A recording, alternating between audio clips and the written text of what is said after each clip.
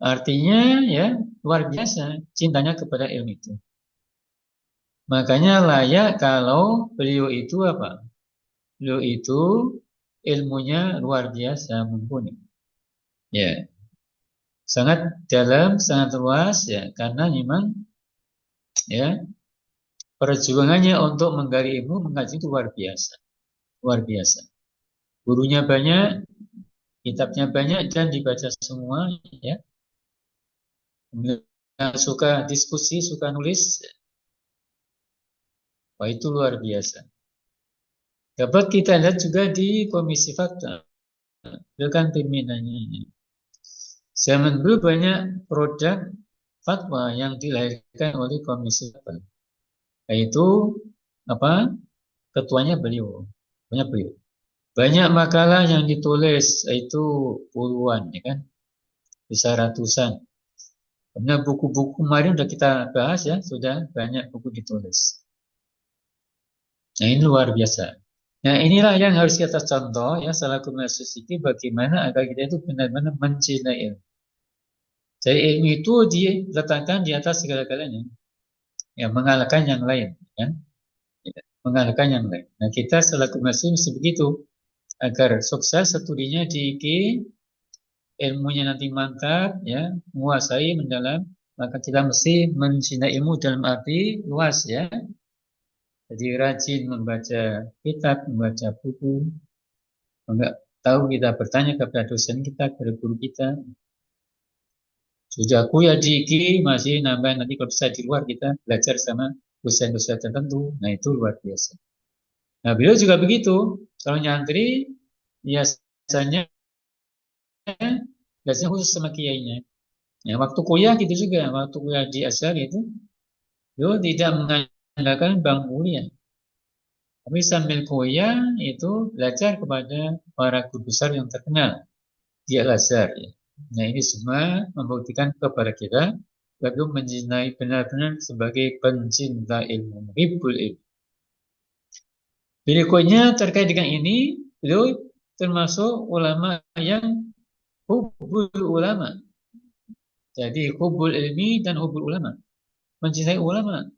Banyak ulama-ulama besar yang dikasih kesempatan beliau diangkat menjadi guru besar. Banyak ya. Ada Kiai Adi Mustafa Yaakob, ada Kiai Aryafi, ya, ada Kiai Zainal Abidin, ada Zainal Mutakin. Ya. Jadi banyak ulama-ulama besar ya yang banyak karyanya dikasih doktor honoris causa, dikasih honor penghormatan, juga dikasih gelar profesor penghormatan.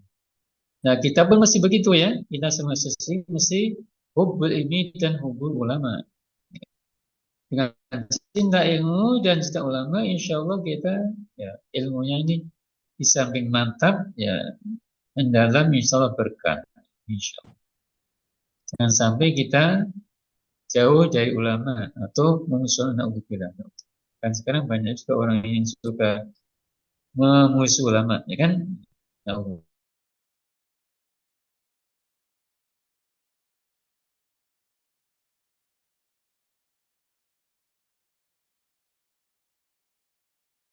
cinta amal dalam arti luas. Cinta beramal, cinta berkarya.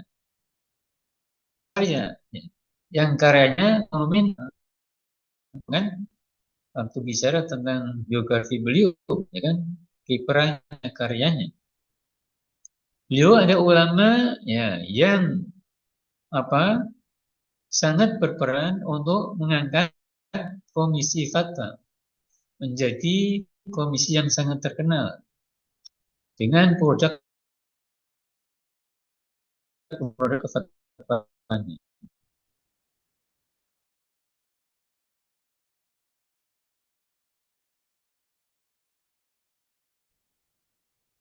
Itu juga termasuk narasumber kompilasi hukum Islam. Ya, bahkan banyak menjadi narasumber di berbagai lembaga yang itu tandanya hubul amal. Beliau adalah pendiri, penggagas dan pendiri PT IKI. Beliau, ya, bahkan termasuk penggagas, ya, UI. Kemudian penggagas dan pendiri IIKI yang sekarang Anda belajar di sini, ya kan? Ya, ini semua namanya hubul amal. Artinya ilmunya bukan sebatas ilmu yang difahami, dikuasai, teorinya dan sebagainya, tapi ilmu itu diamalkan dalam bentuk karya-karya ya, yang hingga hari ini ya dapat kita rasakan bagaimana manfaatnya, faedahnya, dan dapat kita ketahui, ya kan? Kita dapat saksikan amal karya beliau ya, padahal beliau sudah lama meninggalkan kita kan. Jadi ada MUI, ada Lembaga Hasil Kemenag, ada Kombinasi Hukum Islam, ada Undang-Undang Perkawinan, ada apa namanya, ada sekarang ada Perbankan Syariah. Nah itu dia punya andil juga itu. Karena pertama kali adakan seminar tentang perbankan syariah itu di apa di Sarwa di Puncak ya. Itu pertama kali dan beliau menjadi narasumbernya. Kebetulan saya membuat makalahnya, menulis makalahnya. Nah, PT IKI itu juga kan, PT IKI. PT IKI, IKI ya. Ini semua karya beliau, amal beliau. Nah, dengan demikian maka beliau layak disebut sebagai ulama yang hubbul amal. Karena biasanya ada beberapa ulama atau kiai ya, yang ilmunya mumpuni ya, tapi mungkin karyanya yang meminta itu ya tidak banyak, tidak banyak. Nah, yang kita saksikan di IKI ini semua ada karya beliau ya, peninggalan beliau. Berarti ini perlu kita contoh ya. Kalau Anda nanti tamat dari IKI kembali ke daerahnya, buatlah karya yang meminta. Misalnya membuat majlis taklim Al-Quran, membuat pesantren Al-Quran, membuat pesantren tahfidz, ya kan? Membuat madrasah Al-Quran, madrasah tahfidz, dan lain-lain. Banyak yang bisa dilakukan. Artinya ilmu Anda harus kita harus dikembangkan, disebarluaskan, ya, jangan hanya dimiliki sendiri. Karena tujuannya kita belajar di situ agar ilmu-ilmu keislaman, khususnya ilmu Al-Quran ini dapat kita sebarluaskan. Ya, di sini Anda punya peran yang penting dan bisa mencontoh dengan kiprah beliau yang tadi, yang hubbul amal. Hubbul amal. Berikutnya, ya, di antara ya sifat-sifat terpuji dan nilai agung yang beliau miliki adalah hubbun nisa. Tapi jangan salah paham ya. Hubbun nisa, mencintai perempuan. Dalam arti positif ya. Ya, jangan salah paham. Itu termasuk ulama yang concern dengan pendidikan perempuan. Makanya di pendidikan ini kan, waktu itu belum banyak perempuan yang sarjana. Perempuan yang hafidho, yang tingkat nasional, internasional, belum banyak. Nah, itu punya gagasan gimana agar perempuan ini jadi sarjana Al-Quran. Jadi ulama perempuan ya yang terdidik dengan baik, yang menguasai ilmu-ilmu keislaman, ilmu Al-Quran dan lain-lain. Nah ini karya juga yang luar biasa dalam bentuk hubbun nisa. Hubbun nisa tidak berarti banyak kawin ya, atau berarti negatif bukan, tapi hubbun nisa dalam arti positif. Karena misi Al-Quran yang terpenting di antaranya adalah mengangkat derajat perempuan. Ini terkait dengan kenapa Iki ya menjadikan perempuan sebagai labelnya, Al-Quran sebagai labelnya. Berjalan dengan apa? Dengan sikap beliau, sifat beliau, ya, yang memang mencintai perempuan dalam arti luas, dalam arti positif ya. Beliau ingin mengangkat derajat perempuan. Karena tidak ada kitab suci ya yang seperti Al-Quran yang benar-benar mengangkat derajat perempuan. Ya, beliau ingin membuktikan dengan Al-Quran ini perempuan benar-benar diangkat derajatnya. Caranya harus dididik dengan baik, jadi sarjana, alatnya bagus, ya kan? Ilmunya mumpuni. Nah, kemudian karyanya tadi banyak, soleh, baik semuanya. Dengan begitu maka Al-Quran ini dapat dikembangkan, dapat disebarluaskan. Nah, maka beliau termasuk ulama yang mencintai perempuan dan artian sangat concern bagaimana agar muslimah itu ya berpendidikan tinggi, jadi sarjana, jadi ulama, ya bisa berperan di tengah-tengah masyarakatnya, ya menguasai ilmu agama Islam, ulum Quran, ya bahkan jadi hafidho yang bisa berkiprah di tengah-tengah masyarakatnya. Jadi Anda ini luar biasa ya. Anda masuk itu sangat tepat. Harus disyukuri kan. Makanya harus sukses. Karena Anda dicetak menjadi sarjana Al-Quran, ulama perempuan ya, yang hafidho, yang ilmunya mumpuni, yang nanti sanggup berkiprah sebagai Sri Kandi Islam di tengah-tengah masyarakat. Berkiprah sebagai mujahidah Islam, pejuang perempuan ya, yang menegakkan kalimatul Quran, kalimatul Islam, yang memperjuangkan nasib Islam dan nasib umatnya di masa yang akan datang. Untuk meraih Izzul Islam wal Muslimin. Izzul Islam wal Muslimin. Nah itu tujuannya kenapa didirikan IGI. Ini sebagai bukti bahwa beliau sangat concern dengan upaya-upaya agar perempuan itu ya, agar muslimah itu terdidik dengan baik, akan jadi sarjana ya, dan ilmunya mumpuni. Jadi kiai perempuan, bunyai. Ini beda dengan bunyai di Jawa ya. Kalau bunyai di Jawa itu karena jadi istrinya Pak Kiai, itu bunyai. Ilmunya nggak ada, tapi karena jadi istrinya Pak Kiai disebut bunyai ya. Nah, Anda harus jadi bunyai beneran. Artinya ulama perempuan yang mumpuni ilmunya ya, yang siap berjuang di tengah-tengah masyarakat untuk apa? Membela Islam dan umatnya. Mengantarkan Islam dan umatnya meraih kejayaan di masa-masa yang akan datang. Nah, ini perlu kita buktikan nanti kan. Saya yakin kalau Anda ingin sukses dengan baik, ya, jadi hafidho, jadi mufassiro, ya, jadi muhaddisah, jadi da'iyah, jadi mubaligho dan lain-lain, saya yakin. Jadi harapan tadi insya Allah akan tercapai.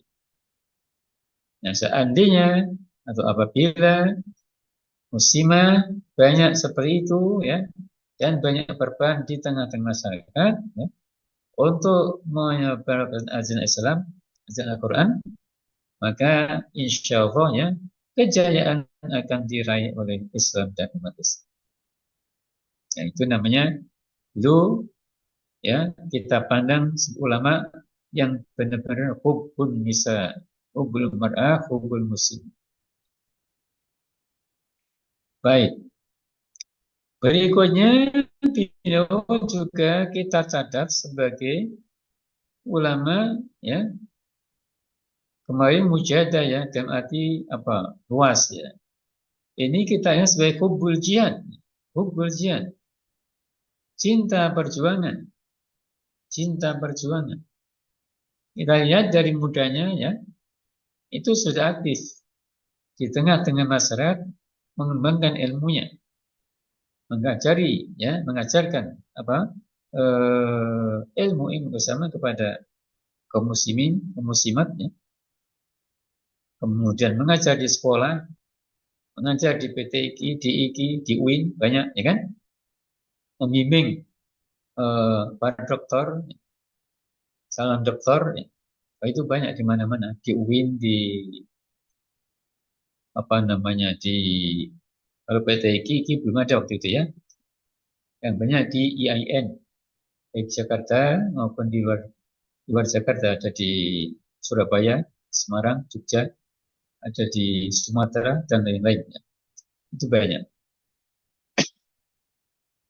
Yaitu semuanya dilakukan sebagai bukti bahwa beliau itu benar-benar ulama yang hubbul jihad,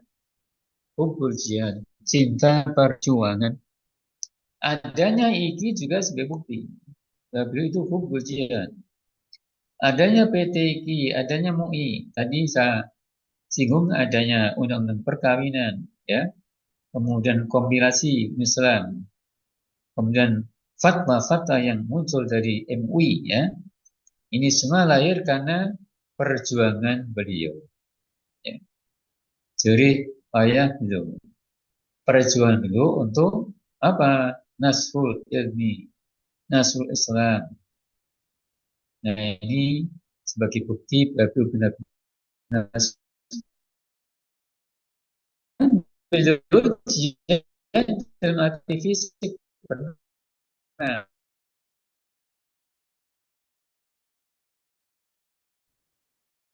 waktu zaman penjajahan beliau masih Bengkulu, ya, angkat senjata dari hutan-hutan, ya, bersama Hizbullah Sabilillah tentara Indonesia TNI, ya, untuk apa? Mengusir penjajah. Jadi jihad dalam arti visi, ya, lafzi dohiri, angkat senjata itu pernah dilakukan. Jihad dalam arti luas, ya, lewat ilmu, lewat karya, lewat pemikiran, itu juga, ya, banyak yang kita bisa saksikan hari ini, ya, berkat jihad beliau dalam bidang ilmu pengetahuan, dalam bidang hukum, ya, dalam bidang pendidikan, dan lain-lain. Nah, itulah beberapa sifat terpuji dan nilai agung yang dimiliki beliau dan diteladankan kepada kita, yang perlu kita pahami dan perlu kita contoh, ya. Jadi tentu mahasiswi, ya, paling layak untuk bisa mencontoh beliau. Kalau Anda ingin berhasil dengan baik, maka contohlah beliau dalam tadi, ya, beberapa hal yang positif tadi, yaitu sifat-sifat terpuji dan apa namanya nilai agung yang pernah dilakukan beliau dan dicontohkan kepada keluarga besar IKI, dari pimpinannya, dosennya, kemudian mahasiswanya, karyanya, dan lain-lain. Baik, ya. Karena keterbatasan waktu nanti yang lain tidak dapat. Baik, ya. Berikutnya kita akan bicara tentang kenapa IKI ini dijadikan Al-Quran dan perempuan sebagai identitas. Tadi sudah kita singgung dikit, ya. Ya. Namanya kan Institut Ilmu Al-Quran khusus perempuan, kan? Jadi S1 itu sejak didirikan sampai hari ini khusus perempuan, hanya menerima apa perempuan, ya. Ya. Kenapa IKI menjadikan perempuan dan Al-Quran sebagai labelnya atau identitasnya atau ikonnya, ya kan? Ini banyak pertimbangan. Pertama, sebelum beliau menunjukkan IKI, ya, beliau sudah keliling ke dunia Islam dari Asia Tenggara sampai Asia Tengah sampai Timur Tengah, ya kan? Itu beliau keliling. Apakah sudah ada perguruan tinggi, ya, yang mengkaji ilmu Al-Quran khusus perempuan? Ternyata di dunia Islam belum ada. Maka dari sini ide, ya, muncul dari beliau perlunya mendirikan perguruan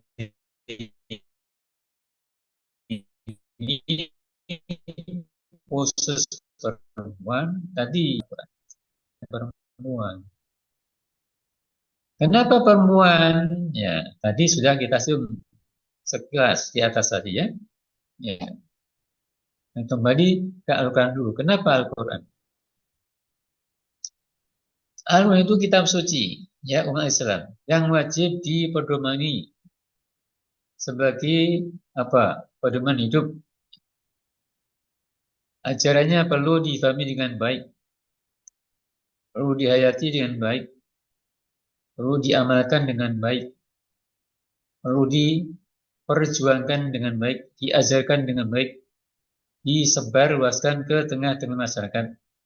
Ilmunya, ajarannya, ya, hukum-hukumnya ini menjadi kewajiban kita selaku muslim, muslimah, ya, apalagi ulama, ya, harus mengupayakan bagaimana agar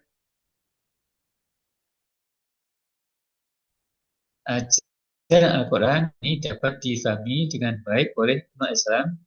Untuk itu perlu dikaji mendalam dan disebarluaskan. Nah, dari sana maka Al-Quran menjadi identitas Institut Ilmu Al-Quran. Selain itu, karena dikaji sedang yang beda dengan yang ada di UIN dan lain-lain. Waktu itu belum ada perguruan tinggi yang secara spesifik mengkaji, ya, secara mendalam ulumul Quran ini. Wah, jadi ini penting yang harus dikembangkan dalam mereka menjaga kelestarian Al-Quran Al-Karim. Maka Al-Quran menjadi identitas. Sisi lain karena Al-Quran ini, ya, sudah dibuktikan oleh sejarah, ya, kalau diamalkan dengan sebaik-baiknya, maka pasti akan meraih kejayaan dunia dan akhirat. Kita lihat, ya, bagaimana bangsa Arab sebelum Rasul dibangkit dengan membawa Al-Quran. Bagaimana kondisi Arab jahiliyah sebelum Al-Quran diturunkan. Wah, itu luar biasa kan? Ya, terdiri dari bangsa Arab jahiliyah. Disebut jahiliyah bukan karena bodoh, pintar, tapi karena apa? Akidahnya, akhlaknya, perilakunya, perbuatannya itu memang jahiliyah, ya. Artinya banyak kontra dengan kebenaran, dengan Islam. Nah, Rasulullah datang membawa Al-Quran, ya, hanya dalam waktu kurang lebih 23 tahun. Bisa diubah itu, ya. Kondisi masyarakat jahiliyah yang seperti itu tadi, ya, yang menyembah berhala, ya, yang suka perang, suka berantem, tidak mengenal Allah, tidak mengenal kebaikan, akhlaknya rusak, suka mabuk-mabuk, minum-minum, diubah oleh Rasul lewat Al-Quran hanya, ya, makan waktu kurang lebih 23 tahun. Sangat singkat. Artinya ini, ya, sudah teruji oleh sejarah, ya, dapat dibuktikan betapa penting peranannya bisa mengubah masyarakat yang tidak benar, yang tidak baik menjadi baik dan benar. Nah, makanya oleh pimpinan Nasrullah, Al-Quran dijadikan sebagai identitas tinggi. Tentu banyak pertimbangan selain itu. Nah, kenapa perempuan? Perempuan kita lihat juga bagaimana nasib perempuan, ya, di masa sebelum Islam datang. Ada masa Yunani, masa Mesir kuno, masa apa dan lain-lain. Terakhir oleh Arab Jahiliyah. Perempuan itu dianggap sebagai komoditas, ya, barang yang bisa diperdagangkan, tidak punya peran apa-apa, hanya menjadi objek bukan subjek. Nah, Islam datang dengan Al-Quran mengangkat derajat perempuan. Kan? Tadinya kawin tidak terbatas, nah, dibatasi. Tadinya nggak ada hak waris, nah, sekarang punya hak waris. Kemudian tadinya diperlakukan semena-mena, ya kan? Kalau lahir saja langsung dikubur itu video perempuan. Al-Quran datang, perempuan wajib dihormati, dimuliakan. Derajatnya disamakan dengan pria. Kalau sama-sama iman, sama-sama amal soleh, kan? Ayatnya banyak. Nah, jadi kitab suci yang secara hakiki mengangkat derajat perempuan itu hanya Al-Quran Karim. Tidak ditemukan dalam kitab-kitab yang lain atau, ya, budaya bangsa lain, adat bangsa lain yang ada kebalikannya. Nah, dari sini maka Iki menjadikan Al-Quran dan perubahan sebagai identitas. Karena antara Al-Quran dan Quran tidak boleh dipisah-pisahkan. Al-Quran bisa dibumikan ajarnya kalau perempuan solihah dan berperan untuk melakukan. Mereka terdidik, ya, bisa mengajarkannya, bisa menyebarluaskannya, bisa mengajarkannya, ya, bisa mengamalkannya, bisa memperjuangkannya. Kebalikannya, perempuan akan terangkat derajatnya kalau kembali ke ajaran Al-Quran. Kalau Al-Quran, ya, ajarnya terkait dengan perempuan ini benar-benar bisa diamalkan, diangkat, dibudayakan. Nah, dengan maka iki oleh Al-Mafrullah, ya, mengangkat Al-Quran dan perempuan sebagai identitasnya. Ini Anda mesti paham. Nah, secara panjang lebar Anda bisa baca buku tentang sejarah iki, ya. Itu sering ditemukan oleh iki ketika ada wisuda biasanya, ya. Di sini singkat saja. Singkat saja. Sisi lain karena untuk pilihan sudah ada. Kalau PTI kan sudah duluan, 7 tahun sebelumnya. Sudah ada kan? Artinya sekolah tinggi, perguruan tinggi yang mewajibkan mahasiswanya menghafal Quran, kemudian mengkaji ulum secara mendalam, mengkaji ulum secara mendalam, salah. Itu sudah ada PTI. Nah, yang perempuan belum ada. Makanya IKI artinya didirikan. IKI didirikan. Yang menjadikan tadi Al-Quran dan perempuan sebagai labelnya atau identitasnya atau ikonnya. Itu sebabnya, ya. Itulah latar belakang. Ada juga latar belakang, ya, yang lain. Ketika PTGI menerima perempuan, ya kan?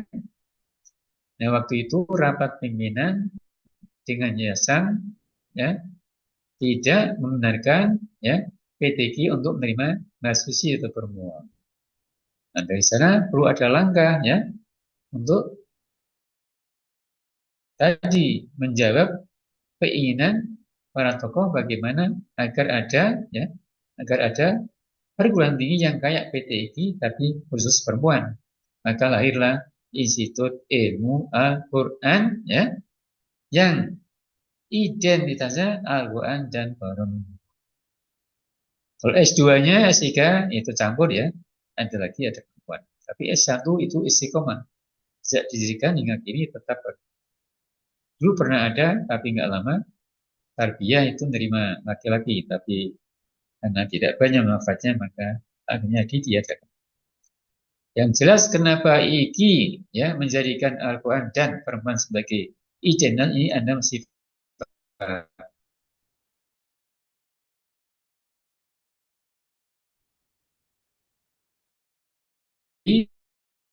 secara iki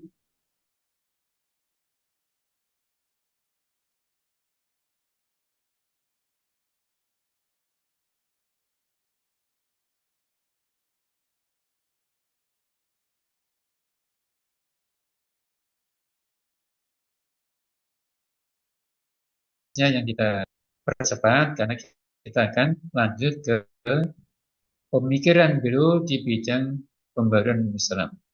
Itu masih banyak. Sekarang kita sudah berapa kali pertemuan? Ini Saya ingat ke-6 Bapak. 6. Nggak salah 11, ya. Berarti tinggal 5 kali lagi, ya. Nanti dilihat berapa pertemuan kita, ya. Baik Pak. Yang kita melihat berapa kali lagi karena nanti kalau apa namanya tinggal beberapa pertemuan ada bagian-bagian yang harus kita singkat supaya kita langsung bisa apa namanya mengkaji apa itu pemikiran beliau di bidang pembaruan Islam. Baik, ada yang bertanya? Silakan bertanya.